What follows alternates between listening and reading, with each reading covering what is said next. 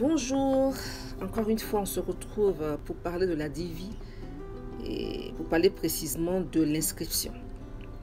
Là vous reconnaissez le document de 21 pages sur les instructions et toutes les informations concernant la DIVI 2024.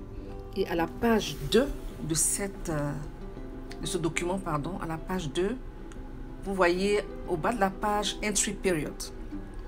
Et dans le paragraphe qui suit, la deuxième ligne, dvprogramstate.gov.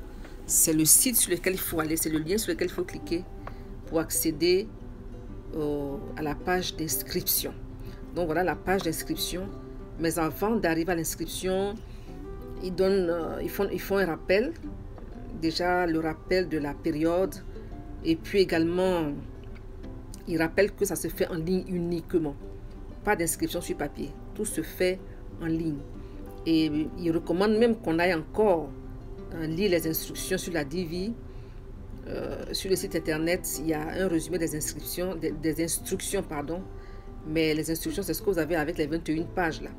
On va quand même aller rapidement sur le site. On va cliquer pour voir ce qu'il nous présente. Cliquez sur la lecture des instructions pour voir ce qu'ils nous présente sur leur site. C'est un résumé des 21 pages. Et c'est aussi là aussi qu'on peut télécharger le PDF. Donc, on va Entry Instruction et puis on va cliquer sur le lien pour aller sur le site rapidement, brièvement, pour voir. Mais ce sont les instructions que vous avez dans les 21 pages là déjà. Donc voilà, donc c'est la page, c'est là-dessus qu'on se retrouve lorsqu'on clique sur Entry Instruction. Maintenant, nous allons nous occuper des photos.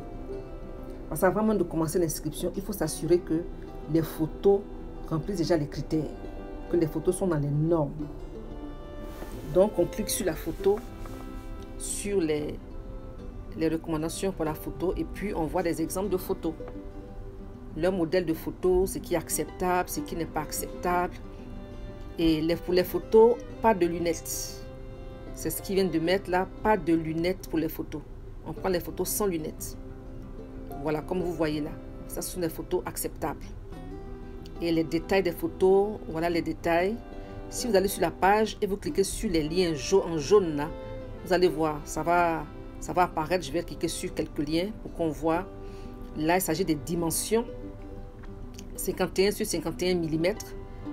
51 mm sur 51 mm. Ils disent que la tête doit être centrée. Et entre 25 et 35 mm, si je lis bien, ça doit occuper entre 20 et 35 mm. Ça dit que la tête doit être vraiment bien centrée.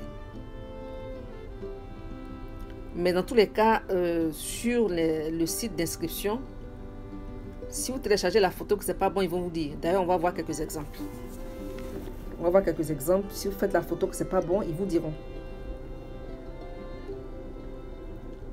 Donc là, nous avons quelques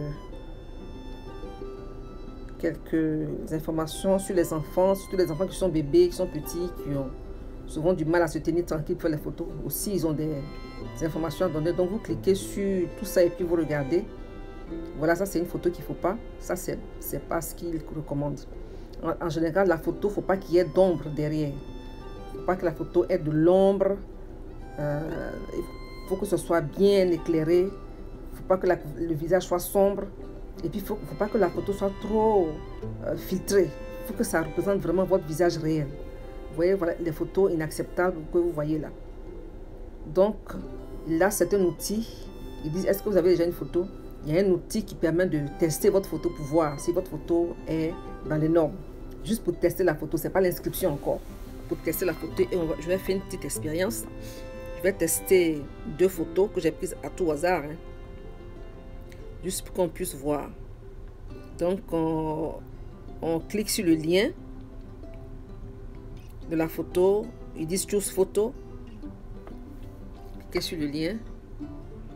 Et je vais choisir une photo dans ma galerie. Donc, quand vous cliquez sur Choose photo, vous avez le choix entre prendre la photo déjà, faire une photo, ou aller dans votre galerie, ou aller dans un document. Prendre une photo. La photo, ça doit être un document JPEG. Tout ça, c'est écrit dans dans les critères avec les liens en jaune que je vous montre. Donc je prends une photo à tout hasard. Je prends la photo de mon fils là, une ancienne photo, hein, c'est pas sa photo actuelle. Et on va voir ce que l'outil, le site va nous dire. L'outil qui permet de tester les photos, c'est un outil qui teste les photos. Ah, ils disent que la photo a été rejetée et la raison, l'image est compressée et voilà.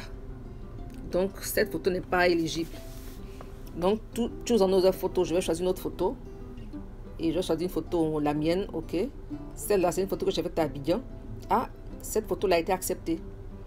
Selon cet outil-là, la photo est acceptable pour être utilisée pour la DV Lottery. Bon, moi, je ne vais pas jouer la DV Lottery, donc c'était juste pour vous montrer. Et encore une fois, bonne chance, c'était vraiment pour la photo.